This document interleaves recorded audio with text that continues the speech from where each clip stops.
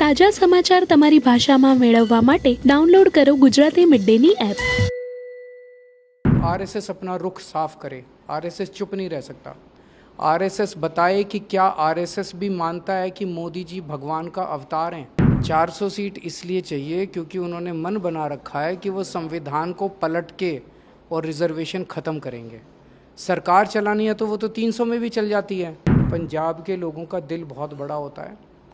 आप प्यार से मांगते तो एक आध सीट दे देते, लेकिन अब धमकी दी है तो 1 जून को पंजाब के 3 करोड़ लोग बताएंगे, इस धमकी का जवाब देंगे। मुझे फ़क्र है कि मैं जेल जा रहा हूँ अपने देश को बचाने के लिए। भगत सिंह का चेला हूँ। पंजाब में मुझे लगता है कि 13 की 13 सीट जनता मन बना चुकी है, क्योंकि पिछले 2 साल की जो हमारी सरकार है, हमने यहाँ पे बिजली फ्री कर दी, हमने यहाँ पे स्कूल बना रहे हैं ठीक, मोहल्ला क्लिनिक बना रहे हैं, हॉस्पिटल बना रहे हैं, बच्चों को नौकरी दे रहे हैं, रोज़गार खूब दे रहे हैं। उससे जनता बहुत खुश है। तो 13 सीट आनी चाहिए। देश भर के हिसाब से अगर हम बात करें तो इंडिया ब्लॉक पर बीजेपी को लेकर क्या कुछ हुआ था? तो बीजेपी कितनी सीटें जीतेगी इंडिया ब्लॉक में? बीजेपी को लेके लोगों में बहुत रोष है, क्योंकि लोग महंगाई से और बेरोज़गारी से बहुत त्रस्त हैं पूरे देश में। मैं अभी काफ़ी घूमा हूँ देश भर में। घर का खर्चा नहीं चल रहा, बच्चे बेरोज़गार बैठे हैं। तो लोगों को उम्मीद है कि प्रधानमंत्री उनके कुछ उसका समाधान निकालेंगे। लेकिन जब लोग टीवी ऑन करते हैं और प्रधानमंत्री जी को भाषण देते सुनते हैं, तो वो देखते हैं कि प्रधानमंत्री जी गाली गलौज कर रहे हैं। प्रधानमंत्री जी कहते हैं अगर आपने इंडिया गठबंधन को वोट दिया तो ये अगर 2 भैंस है तो 1 भैंस खोल के ले जाएंगे। एक भाषण में प्रधानमंत्री जी ने कहा कि अगर आपने इंडिया गठबंधन को वोट दिया तो ये आपके घर की टूटी खोल के ले जाएंगे। अगर आपने इंडिया गठबंधन को वोट दिया तो ये आपका मंगलसूत्र छीन के ले जाएंगे। बॉम्बे में जाके प्रधानमंत्री बोले कि शरद पवार भटकती आत्मा है, उद्धव ठाकरे अपने पिताजी की नकली संतान है। लोग गाली तो नहीं सुनना चाहते। लोग ये उम्मीद करते हैं कि हमारे प्रधानमंत्री कोई पेट्रोल सस्ता करने की, डीजल सस्ता करने की बात कहेंगे, कुछ महंगाई से कोई रोज़गार की बात करेंगे। तो लोग बहुत नाराज़ हैं। एक तरफ तो परेशानी हो रही है और दूसरा उनके प्रधानमंत्री बस गाली गलौज में पड़े हुए हैं। और आजकल प्रधानमंत्री जी कुछ अलग ही दुनिया में हैं। वो अभी पिछले 10-12 इंटरव्यू अगर आपने उनके देखे हों तो प्रधानमंत्री जी अब खुल के बोल रहे हैं कि मैं आम इंसान नहीं हूँ, मैं भगवान का अवतार हूँ। मैं अपनी माँ की पेट से पैदा नहीं हुआ, मैं इस पृथ्वी पे प्रकट हुआ हूँ। मैं आपके माध्यम से देश के लोगों से पूछना चाहता हूँ, क्या आप भी मानते हो कि मोदी जी भगवान हैं? हम रामचंद्र जी को मानते हैं, कृष्ण जी को मानते हैं, हम हनुमान जी को मानते हैं, शिव जी को मानते हैं, वाहिगुरु जी को मानते हैं। मोदी जी को भगवान कैसे मान सकता है कोई?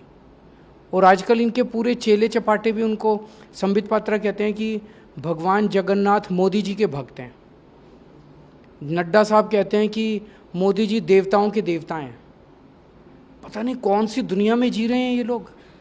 जनता त्रस्त हो रही है, जनता के घर का खर्चा नहीं चल रहा, महंगाई हो रही है, बच्चे बेरोजगार बैठे हैं और ये अपने आप को भगवान माने बैठे हैं। हमको सबको तो कीड़े मकोड़े समझते हैं ये लोग।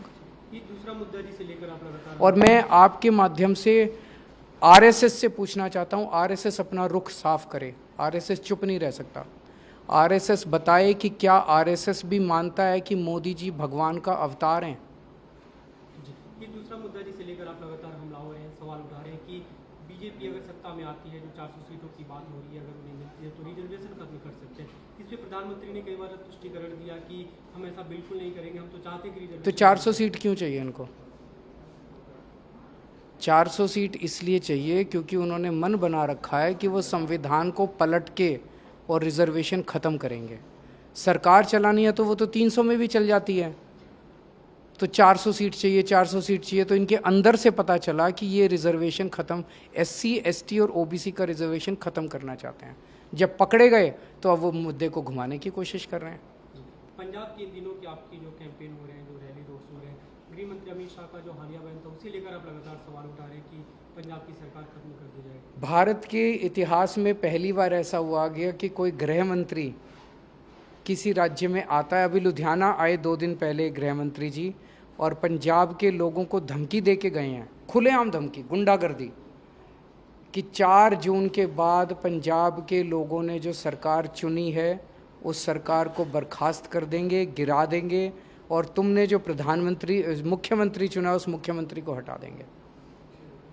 कैसे हटा देंगे जी? 117 में से 92 सीट है, ईडी भेजोगे, सीबीआई भेजोगे, क्या करोगे? डराओगे, धमकाओगे, खरीदोगे, क्या करोगे? मतलब खुलेआम गुंडागर्दी मचा रखी है। तो मैं अमित शाह जी को कहना चाहता हूँ, पंजाब के लोगों का दिल बहुत बड़ा होता है। आप प्यार से मांगते तो एक आध सीट दे देते, लेकिन अब धमकी दी है तो 1 जून को पंजाब के 3 करोड़ लोग बताएंगे, इस धमकी का जवाब देंगे। आपको 2 जून को जेल जाना था, फिर से तिहाड़ तरह से, और सुप्रीम कोर्ट में अपील की गई थी, वहाँ से कुछ राहत मिलती दिख रही है, तो आप तैयार हैं फिर से जेल जाने को? मैं बिल्कुल तैयार हूँ और मुझे फ़क्र है कि मैं जेल जा रहा हूँ अपने देश को बचाने के लिए। भगत सिंह का चेला हूँ। भगत सिंह देश को आज़ाद कराने के लिए फांसी पे चढ़ गए। मुझे अगर देश को बचाने के लिए इस तानाशाही और इस गुंडागर्दी से जो माहौल इन्होंने बना रखा है, कहीं सरकार गिरा देते हैं, किसी के एमएलए तोड़ देते हैं, शिवसेना के 2 टुकड़े कर दिए, एनसीपी के 2 टुकड़े कर दिए, सरकारें गिरा दी, सारे भ्रष्टाचारियों को अपनी पार्टी में इस तानाशाही के खिलाफ अगर मुझे 100 बार भी जेल जाना पड़े अपने देश को बचाने के लिए, मैं उसमें अपना गौरव महसूस करूँगा। સબસ્ક્રાઇબ કરો Gujarati mid day bell icon પર ક્લિક કરીને મેળવો તમામ વિડીયોના ડાયરેક્ટ નોટિફિકેશન।